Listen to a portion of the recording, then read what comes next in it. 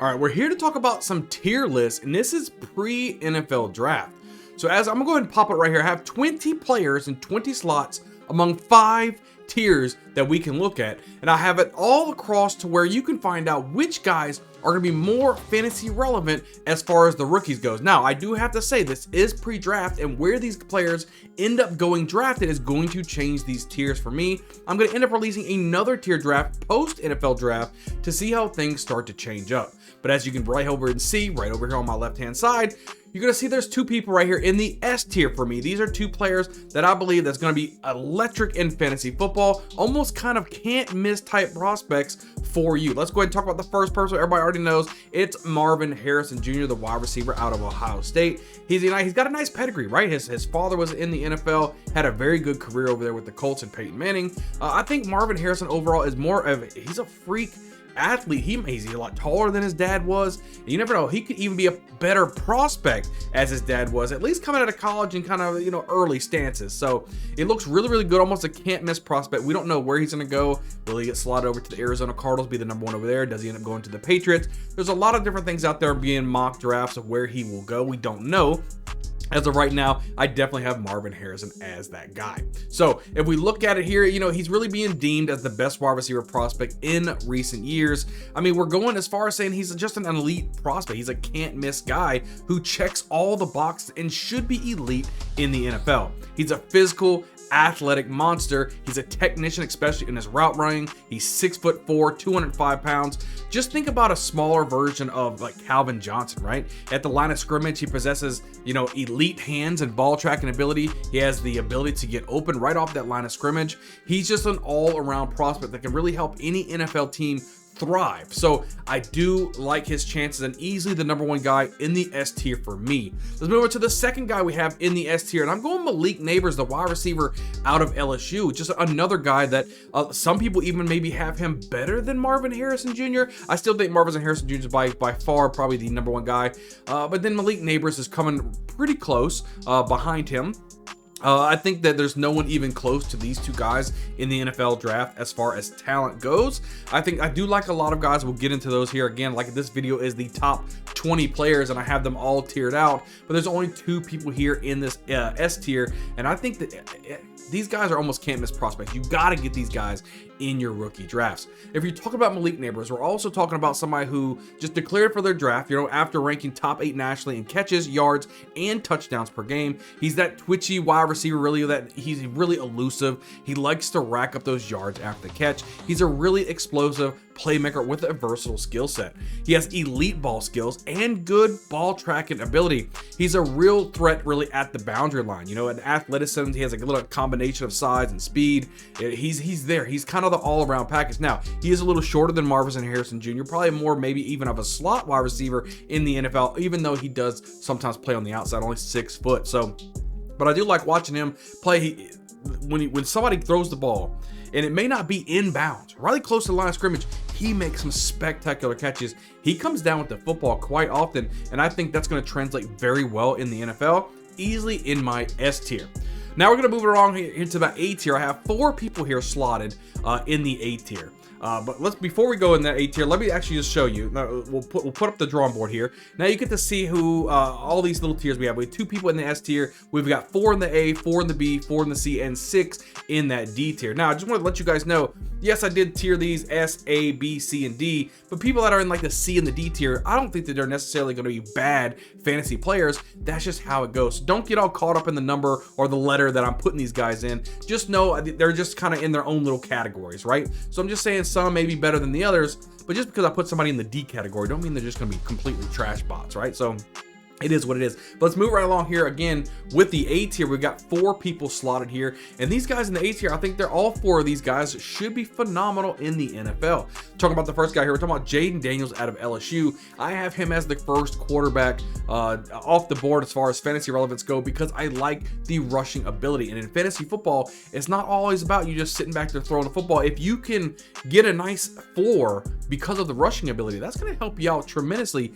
all in itself. But if we look a little bit bit closer to Jaden Daniels, coming back out of LSU. He's a dual threat quarterback that's really drawn a lot of comparisons to Lamar Jackson. He's explosive, very elusive. He has a nice style and a smooth style as he runs with the football. He has a nice throwing motion, quick release point. He can target everybody with anticipation and nice touch. I think his deep ball is probably one of the best deep balls that I actually see from any of these guys into the draft. And I really like his poise in the pocket under pressure. I think Jaden Daniels have a lot of tools to be successful in the NFL. Think about somebody like maybe a better passer than Anthony Richardson type of draft. Like Jaden Daniels is that good of a rusher. This dude can run the football. So it's going to be curious to see where he goes, not only in the NFL draft, but into your drafts and fantasy. I think he should be one of the a top 5 pick easily in your drafts. It doesn't matter if you are in a super flex league or in a regular league. It doesn't matter. I think that Jaden Daniels has that much of an ability to give you like a Jalen Hurts type of season, Josh Allen type of season, just based off his extremely high floor because of that rushing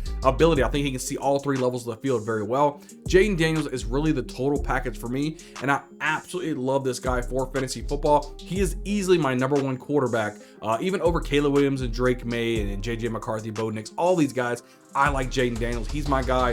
If I was the first pick in the draft, I actually wouldn't take Caleb Williams. I would take Jaden Daniels. Again, don't hate me too bad in the comments. It's just my opinion. I think I just like him a lot better. Even last year when everybody was all over Bryce Young, I was saying no. CJ Stroud is my very first quarterback off the board. You guys can go check out the tape if you want. But I had CJ Stroud as my #1 quarterback. Bryce Young was not. So I think I was a little bit right on that one, right? But I'm telling you guys again, Caleb Williams, I think he'll be an okay quarterback as well. I think he makes a little bit too many mistakes. People like to compare him to Patrick Mahomes. You know, yeah, he's a gunslinger like that. I just think he makes too many mistakes. His decision making isn't as good as Patrick Mahomes, but that's why I have Jaden Daniels up there, definitely in my A tier. So let's go to the next guy. We're going to Rome Odunze, the wide receiver out of Washington. Another guy that can come in and be your X type of wide receiver. He can come in here and he can be the guy. He shows some really phenomenal skills, even when he was surrounded by a lot of other people around him. You know, with Polk and with McMillan. I mean, it was great in that Washington offense. We saw him go all the way up to the national championship, and Rome Odunze was one of the main reasons why. If you look a little closer at Rome Odunze, we're talking about a 6'3", 215-pound guy, you know, and he had a breakout season, you know, following his sophomore season. He ended up having a production hit level, you know, in 2023, as he led the nation in receiving yards at 1,640. It is awesome. I mean, he clearly has that big size that you want to see in your wide receivers, right? He's got nice play strength with the ability to really high point and a nice wingspan. The thing I really like about Odunze, he's got a nice catch radius. So you throw the ball all over the field, doesn't matter. He's probably going to come down with it. He has those type of soft hands that can get the job done. Not sure where he's going to go in the draft. I know it's going to be early in the draft, and where he goes, he should be relied on to be a nice target for the quarterback. I like Odunze. Easily put him in the A tier for me. Going over the next guy here, we're talking about Brock Bowers, the tight end out of Georgia. Now this guy, yeah, he's a little smaller, 6'4" type of tight end, but he's an athletic freak. Sometimes he was even known as that baby Gronk. You know, ever since he was a freshman, he was touted as the next big thing. I think that he's shown plenty in the NFL or in the college that he can belong in the NFL and has a room in the NFL to make a lot of plays, especially for fantasy football.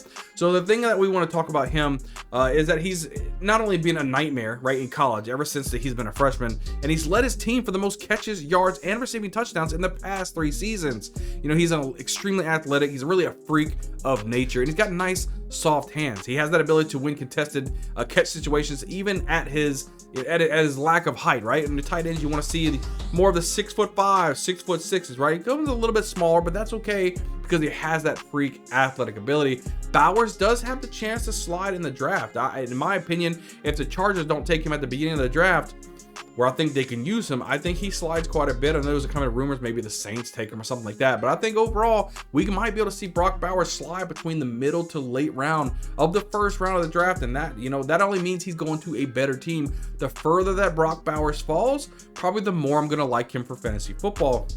if he gets to one of these teams like the Dolphins or like the, even the Chiefs at the very end of the draft, I don't think he'll fall that far, but there's a lot of teams he can go to that I would like to see him in. He got a lot better quarterback situations, so we'll see how that goes here. Now we do have one more person that I want to go over in this A tier. It might surprise a lot of people, but I'm gonna say Brian Thomas Jr. out of LSU. He's the wide receiver, 6'4", big beast type of guy, and I think he was just in the shadow of Malik Neighbors for most of the time, but we have to know this guy was very good, had a great combine. And I think if Neighbors wasn't on the team, I think Brian Thomas would be a bigger prospect than what other people are giving him credit for. I'm launching him above a lot of people like the Keon Coleman's of the world, Xavier Worthy, Adonai Mitchell. A lot of these guys, I'm launching him ahead of all those guys. I think Brian Thomas Jr.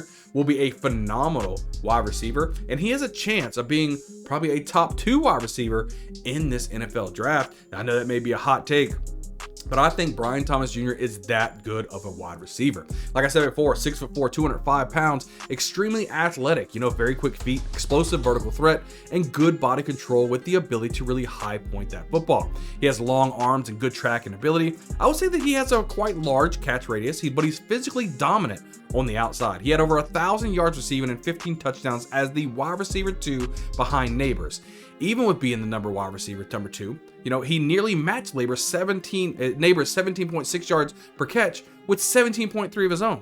He also led LSU in touchdowns last season with 17. Now it's one of those things when you really look at the stats and you look at the numbers that he was able to put up at LSU, even behind Malik Neighbors, Jaden Daniels, he had a field day with these guys throwing the football to.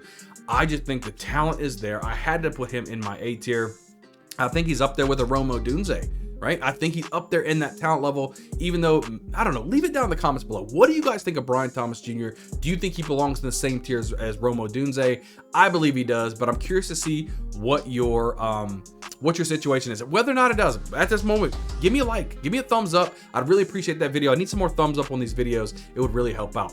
Let's go ahead and break down and give you an overview here. As you can see here, this is the overview. You have all of our S tiers filled in. We have all of our A tiers filled in. Now we're gonna go along to our B tier. We're gonna fill in all the rest here. Talk about the B tier here. The first guy that we're gonna talk about in the B tier, again, these aren't the trash guys. These are just in a next kind of a next stage for me, right? First guy we're talking about is Caleb Williams. Now, a lot of people they're writing all over the place. He's probably gonna go number 1 overall to the Bears. I think we all know that this is gonna happen. It's almost etched in stone right now. Etched? I meant etched. Etched in stone right now. We know Caleb Williams is gonna be there, right? What is he going to do? Well, they filled him over. He's got DJ Moore, he's got Keenan Allen, they got DeAndre Swift in the backfield, and Cole Kmet at the tight end position. They're building the offense around Caleb Williams. I think he has every possible aspect to be able to succeed in the NFL. My problem is I think that he's got a little too much moxie. He thinks he's a little bit too good, and sometimes he makes those throws that, okay, he shouldn't be making because he thinks he can make those throws. I think that's the only flaw with Caleb Williams. So why I had to put him in the B tier and not the A tier. Again, that's just my opinion. Leave a comment down below. I want to know what you guys think about Caleb Williams. Will you think he's going to thrive in this Bears offense? We'll have to wait and see. So talking a little bit more about Caleb Williams. He is a 6'1", 216-pound quarterback. Is being touted at that generational type talent, as I mentioned earlier. He does have game-breaking ability. After he taken over that starting gig at Oklahoma, he's got that ability where he can scramble. He can make some plays on his feet.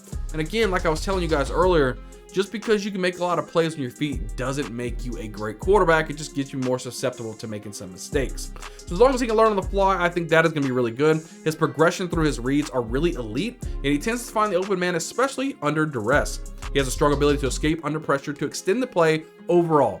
Williams has elite arm talent, right? He can throw all 3 levels of field. He can make almost any throw. He throws a lot of cross body, a little bit too much, and sometimes he doesn't even set his feet when he throws the football, which I think in the NFL he'll learn very quickly that can actually turn some heads and maybe make more mistakes than he wants. I think he'll have some growing pains, especially over there with the Chicago Bears. But again, they put so much talent around Caleb Williams. I think he is set up for success. Easily put him, though, in my B tier.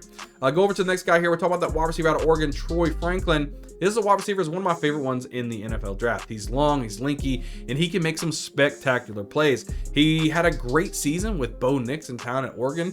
I think that he can continue to do that, just depending on what situation he goes to in the NFL. But he has that spectacular spectacular type of play about him. He's got enough speed to make as much plays as possible. And if we look at it, you know, his production really accelerated, you know, as he continued to show that deep speed and advanced route running ability at 6'3", 187 pounds. And I really do love his efficiency. He had 3.32 yards per route run, which ranks 6th among wide receivers with 50+ targets in the nation. So he's consistent. He's got great hands. He can go up and grab the ball out of the air.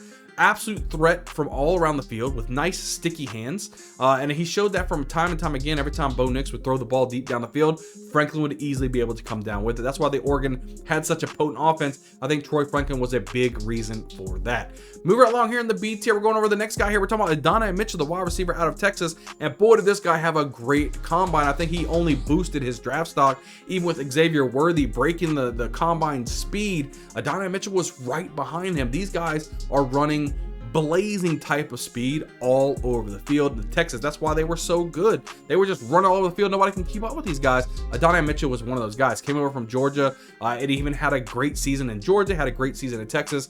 It doesn't matter where he went, he was good. I think that's going to translate to the NFL, knowing wherever he goes, he could probably adapt and become a good wide receiver. Talk a little bit more about Adonai Mitchell. We're talking about a 6'4", 196-yard wide receiver who transferred from Texas from Georgia, like I said. The main reason why he wanted to, I think he just wanted to be with his family. So he is an extremely physical and great run blocker, especially on the outside, which is going to help him stay on the field quite a bit. He runs downfield with ease, right? He's great speed, as we talked about. He showed that in the combine, and he's very effective in space. He shows that he has very good hands. And he takes a lot of good jab steps at the line of scrimmage to really create that separation from defenders, which helps him get open quite a bit. So easily in my B tier. And the last guy here we have in the B tier is going to be the quarterback out of UNC, Drake May. Now, there's some things going on as of right now. JJ McCarthy is starting to creep up into a lot of people's minds, saying, is he better than Drake May? Should he take a step above Drake May? I still think in my rankings, I have Drake May up there. I just like the film that I've watched of Drake May and his decision making and the things that he's been able to do. Now, maybe JJ McCarthy, because he ran into that Michigan style offense, didn't really show us too much talent. Maybe that's why maybe a little more biased towards Drake May right now. But again, that might be another video that we go ahead and break down JJ McCarthy as well. But talking about Drake May, 6'4", 229-pound quarterback. He displays good accuracy on the intermediate throws, especially on the outside, when he's outside of the pocket. He possesses really good quickness, and he's able to escape pressure and pick up yardage. Maybe not like a Caleb Williams or Jaden Daniels, but he's still pretty agile from the pocket. He has a very strong arm strength. He delivers those throws with high velocity outside of the numbers and deep downfield, and he can throw from all three levels of the field. So, he had an ankle injury, that's probably going to contribute to a disappointing type of 2023, and he had an offensive coordinator change. He lost his number one wide receiver in Josh Downs. There's a lot of things that happened to Drake May, which kind of caused him to maybe fall a little bit in 2023, right? Maybe that's why he's not up there with the Caleb Williams, Jaden Daniels type of echelon, and maybe why JJ McCarthy's kind of creeping up on the guy. But I think overall, Drake May, depending on what situation he goes to, whether he might be able to go to Washington, maybe go to the New England Patriots, or maybe he falls a little bit in the draft, maybe somebody like the Broncos or something. We'll have to see what Drake May can deliver for the NFL. I think he has the tools. He just needs to have a coach to be able to coach him up and make sure that he can make the proper throws and the proper reads when need to. But I easily have him in the B tier here, up there with a Caleb Williams. So let's look at the overview right now. We're looking at, you got the S tier filled out, we got the A tier filled out. Now we have the B tier filled out. Now we only have a couple more tiers left here. As you can see, we have 4 left in the C tier. We have 6 in the D tier. So let's go ahead and start breaking down the C tier here. The first guy we're talking about in the C tier is going to be Keon Coleman, that wide receiver out of Florida State. This guy, he's touted a little bit on both sides, right? One side, spectacular guy. He's making these catches, make him look unreal type of catches. On the other side, is he consistent enough to be a wide receiver in the NFL? Either way it goes, just the highlight playability that this guy has alone is going to give him some type of insight. I believe he's a first round wide receiver. We should see a lot of wide receivers go in the first round of the NFL draft. At least that's what I'm expecting. But let's break down Coleman just a little bit more. He looks like he's going to be a 6'4", 215-pound wide receiver, and he's kind of a very interesting prospect. See, he spent his first 2 seasons at Michigan State before transferring to Florida State in 2023. He was an absolute score machine. He sported a 22% touchdown rate with his 6'4" frame. So he has that special ability to really high point the football. I like his tracking ability and his body control. Makes him a very good red zone target. He has that big man catch radius. He's just not, a burner with top end speed. He has some quickness, he has some speed, but he's not like a top flight type burner like a Malik Neighbors or a Donnie Mitchell. He's not one of those type of guys, but he just get up there and he can make a play when you need it. Especially, like I said, in the red zone, he could become a target. Doesn't matter if he's going with one hand, going with two hands, it doesn't matter. He can make a play for you. I think I mocked him in my last mock draft over to the Ravens, and I think that would do a really nice on the opposite side of Zay Flowers. That's just me. Let's break it on another one guy in the C tier. We're going with Xavier Legette, that wide receiver out of South Carolina. Another nice physical wide receiver that I think could have success in the NFL. Again, in my latest mock, I think I actually had him going to the Chiefs in the first round. The last pick of the first round. I think that would be a good fit. I think just because they got Hollywood Brown over there, they've got Rashee Rice. I still think Xavier Legette would be nice for the Chiefs. But that nor here nor there. Go over to my mock draft and I kind of break that down a little bit more. But Xavier Legette overall, pretty good wide receiver. He's kind of it's a daunting task for a cornerback to try to guard this big physical specimen of a man. But let's dive a little bit deeper into Legette. So we're talking about a 6'3", 227-pound wide receiver who completely bullies defensive backs. He was a recipient of 38% of the team's total receiving yards. Legette has incredible speed, got that quickness, good release from the line of scrimmage. I say he's pretty good at contested catch already. I love just watching him make those spectacular catches on the boundary line, right? He's built like a linebacker, but he's kind of floating like a butterfly and stinging like a bee out there. He can make these catches. It's like, wow, this big burly wide receiver is out there making finesse catches like that. Legette's that good of a talent. I have a high hopes for him, and I hope he gets into a situation on offense where he can shine early as a rookie. Going over the next guy here, we're talking about Xavier Worthy, that speedster out of Texas. We kind of touched on him just a little bit ago, but in the NFL Combine, he broke the record for the fastest 40-yard dash in NFL Combine history. He has that type of speed, and he showed that here on Texas. A little bit of a skinnier dude, a little smaller frame type of guy. Should be a good slot wide receiver, be able to mix all over the field. Maybe he could do some type of sweep plays, jet sweep, stuff like that. I think Xavier Worthy could be a steal in the draft. I had him, my very first mock, I had him going to the Chiefs. But my latest mock, I think I had him going a little bit higher just based off of his combine results alone. Let's break it down on Worthy a little bit more. Out of Texas here, 6'1", 172 pounds. He's extremely fast, very skilled route runner, right? Explosive before and after the catch. He's fearless working over the middle of the field, even at his small size. He has a very quick first step off that line of scrimmage, very good ball tracking ability, and he's an absolute nightmare to defend for these cornerbacks. Not a lot of corners are fast, but not Xavier Worthy type of fast. So I think they're gonna have to give him a lot of cushion. Look for maybe a lot of 3 to 5 step, maybe hook routes or stuff like that to just get the defender off his feet. I think you're gonna see a lot of those type of plays. I think maybe a lot of maybe screen passes out of the line of scrimmage. A lot of things can happen for Worthy. I think he can create that separation just based off of speed alone and could give you a lot of fantasy points. I like him definitely in this tier as well. The last person I have that's gonna be in the C tier is gonna be Jonathan Brooks, that wide receiver out of Texas. And I know he's not gonna play probably till mid-season, but we have to remember what Brooks was before he got injured, right? Jonathan Brooks is by far my favorite running back in this entire draft, and I had to put him in the C tier, not based on what he's going to do early season, but I think what he's going to have not only late season, but for his career. I think Jonathan Brooks will have a very nice career. A lot of times he may be even rumored to go to the Cowboys. I think that would be a phenomenal pick for the Cowboys to have somebody like Jonathan Brooks running the football, being the bell cow on this offense. I think that would be a great fit. Let's break down Brooks just a little bit more. 6 foot, 207 pounds. He kind of emerged as a Longhorns lead rusher in 2023 with Bijan Robinson in the NFL now. Brooks ranked top 10 in the nation in yards after contact per attempt. He did, however, suffer that torn ACL against TCU, which held him out of the last 4 games of the season.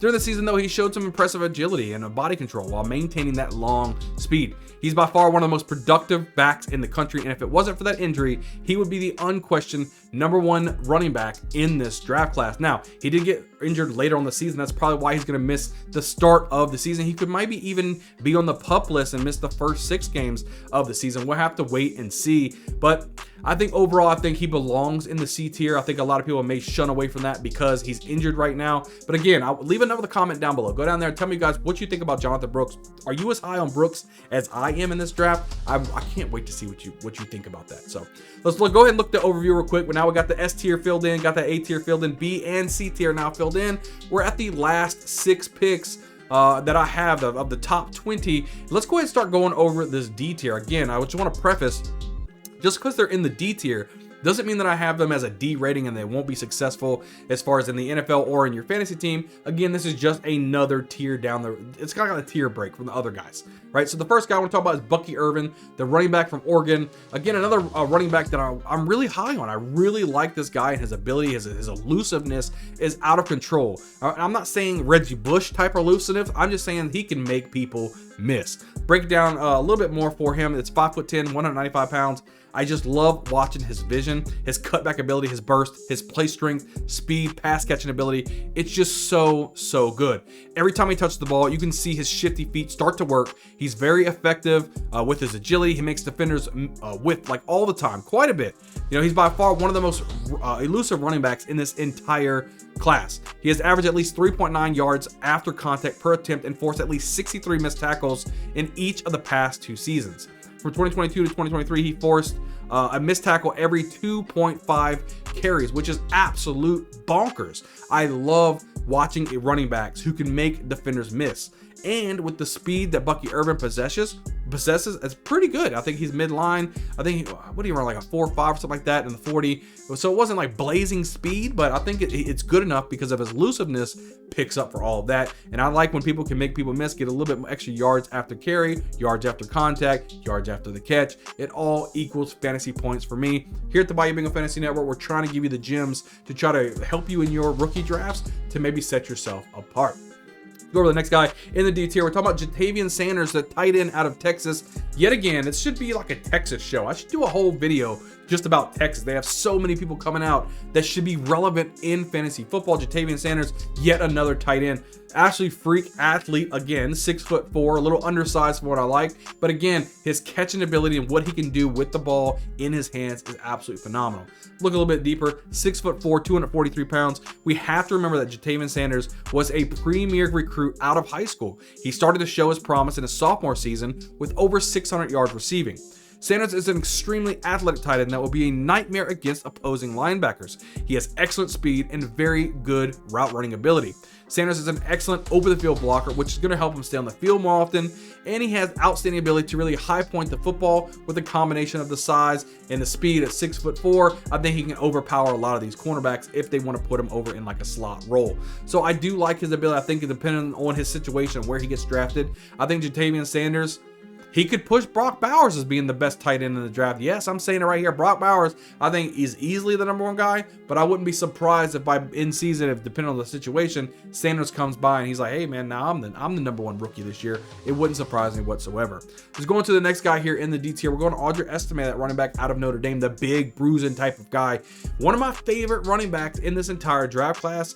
A lot of times I had him as #1. I had him ahead of Jonathan Brooks. I had him ahead of Bucky Irvin and all these guys for a while, right? But once I started putting in more work into the film, I just had to put a couple guys above Audrey Estime. I think just overall, I think his elusiveness kind of can scare some people. Some people, you look at his size, you're like, I think this is more of like I'm going to lower my head and run people over type. But no, Audrey Estime, he can make it work. Now, he didn't use his hands a lot, right? In the Notre Dame offense, we have to remember they're not really a pass-catching type of offense, more of a running style of offense. That's why you probably didn't see him use his hands. He just wasn't asked to do so.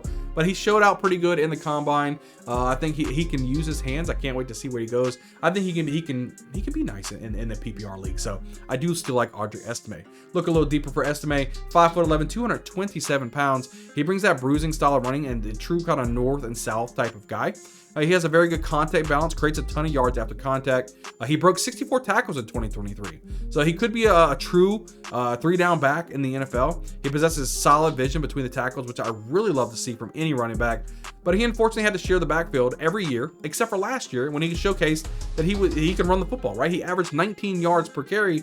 And I just love to see that, right? Somebody could put their nose down, get a goal line carry, get the first down when needed. I really like to see that. So, like I said, in fantasy football, the thing that you really like to see is those 3 down backs. And Estime could be a true 3 down back given an opportunity. Maybe he goes to somebody like the Cowboys or somebody who really needs a running back. I mean, if Estime, you give him a 3 down back role, I think he could be a wonderful for fantasy football. I just like it. Let's go over the next guy here. Talking about in this D tier. Let's go over Trey Benson, that running back out of Florida State. Trey Benson, another guy that I like, right? Nice, speedy type of guy. Can get some things done. Really good catching the football out of the backfield. I think he can make something happen, especially in PPR leagues. Somebody you want to kind of look forward to. If you do play in a PPR, maybe even want to grab him above somebody like an Estime or something like that. I think no one would bat an eye if you like Trey Benson and his film. I like what he brings to the table, and I think he can be a good fantasy asset for you. Let's break down some of the stats a little bit further. He's a 6'1", 221-pound guy. He started a little crazy, right? As he suffered a multi-ligament tear in his knee at Oregon, which was in 2020. And then with 2022, he ends up transferring to Florida State, where he's able to showcase the ideal, blend of power and speed, right? He possesses a thick build, right? Strong lower body. I like seeing Benson's contact balance. He's able to produce solid yards after the contact, and he's a strong downhill runner. On many occasions, I noticed that he has a tenacious and physical type of running ability, right? And he could translate that into the NFL. Think of somebody like an Isaiah Pacheco, right? Who has a high motor, always trying to go for those extra yards. That could be somebody like a Trey Benson, right? Puts his nose into the middle of the pile and just pushes, and see if he can get you a first down. I like those type of running backs, and I think he could do very well in the NFL. Had to put him here in my D tier. Next guy we're going over, the wide receiver out of Georgia. We're going Ladd McConkey, somebody who's growing on my board and rising almost, it seems, every single day. Showed out at the Senior Bowl. He showed out, or at least in the practices. He showed out at the combine. He's showing out everywhere, right? Ladd McConkey is somebody who can be absolutely phenomenal. I like what Ladd McConkey brings to the table. He's a nice, shifty type of wide receiver. Somebody that can go in there and maybe be like a Julian Edelman type of esque role. I do like Danny Amendola, something like that. I think depending on where he goes, if you put him either in the Patriots, you put him over there with the maybe even the Chiefs, who knows? He can end up taking over Hollywood Brown's role, who knows? But Ladd McConkey's somebody that I think you want to keep an eye on. Keep track of where he goes, right? He could be a sleeper. You never know. It could be a second-day pick. Depending on what quarterback he goes to, he could be a phenomenal asset for a football team. Let's break it down to stats a little bit. 6 foot, 185 pounds. Amazing route runner, right? That's what I was talking about with the Danny Amendola type of stuff. He showed these skills at the Senior Bowl, like I was mentioning. He's exceptional yards after the catch. Vision is very, very nice. Elusiveness, intangibles. He has the ability to create spaces very effectively downfield. He has reliable hands at all 3 levels of the field, and he gets that top end speed very, very quickly. He has nice hand-eye coordination, and actually for his size, he's a pretty good run blocker, which I love to see from my running backs. It's just going to help him get on the field even more. Do yourself a favor, keep Ladd McConkey on your radar. Could be something special. We're going over the last guy here, number 20 on the entire list here. We're going over Blake Corum, the running back out of Michigan, somebody who probably one of the best pure running backs in the class. His size is what drops him a little bit lower here for me, but when you watch this guy run, absolutely phenomenal. Look at the tape a little bit. 5'8", 210 pounds, and I have to say, after watching this guy, his vision's absolutely impeccable. He's an excellent decision maker. Contact balance is some of the best I have probably ever seen in college football.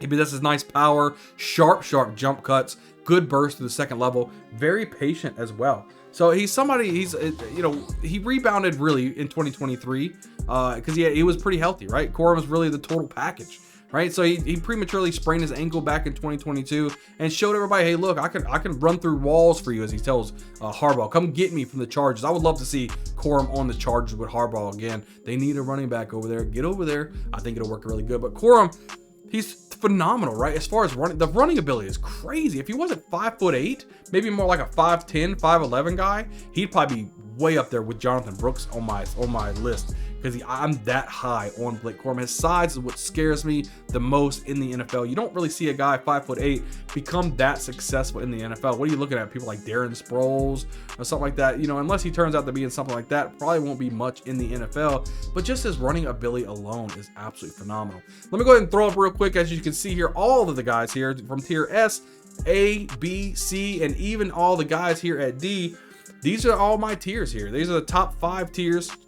and the top 20 running backs, quarterbacks, wide receivers, and tight ends that you can probably get in your rookie drafts. Guys, keep these guys on your radar, right? I'll be breaking down probably a lot of these guys, maybe even individually, maybe even by position. I might be bringing those out here soon. Kind of breaking down maybe even a little bit more in detail each guy of what they can provide for your fantasy team, and maybe even provide for an NFL team to help you best succeed and win some championships, right? Do me a favor, hit the like button if you haven't hit it already. Hit the subscribe button. We're releasing videos each and every week, multiple videos each and every week to help best you win those championships. Guys, I can't wait to see you guys on the next video. We'll see you guys next time.